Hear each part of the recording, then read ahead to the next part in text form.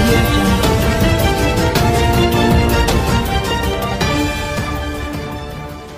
సాధ్యమైనంత వరకు తన వైఖరేంటో చంద్రబాబు కేంద్రానికి చెప్తూ వస్తున్నారు.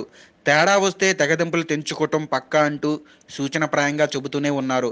అయితే జగన్మోహన్ రెడ్డి మాత్రం వైకాపాని బీజేపీకి తాకట్టు పెట్టేసి రాష్ట్ర ప్రయోజనాలు సైతం తాకట్టు పెట్టి జనాలని మోసం చేసిన మోడీకి మద్దతు ఇచ్చి తాము బయటపడాలి అని కేసుల విషయంలో తనని తాను కాపాడుకోవాలని ఎగిరిపడుతుంది అనే ప్లాన్స్లో ఉన్నాడు. ఈ సందర్భంలో ఆంధ్రప్రదేశ్కి జరిగిన అన్యాయాల గురించి పూర్తి వివరణ ఇస్తూ ఢిల్లీకి కొత్త రిపోర్టర్తో పాటు అధికారులను కూడా పంపించబోతున్నారు చంద్రబాబు నాయుడు. త్వరలో ఏపీ అధికారుల ద్వారా మోడీ అపాయింట్మెంట్ తీసుకొని ఏపీకి జరిగిన అన్యాయం గురించి మోడీ జైట్లకి వివరించాలని వారి ద్వారా ప్లాన్ చేస్తున్నారట. ఆంధ్ర విషయంలో రాజకీయంగా ఏమీ జరగడం లేదు అని, నిజంగానే అన్యాయం జరుగుతుంది అని కేంద్రానికి చెప్పడానికి ఇది పాజిటివ్ విషయంగానే చెబుతున్నారు.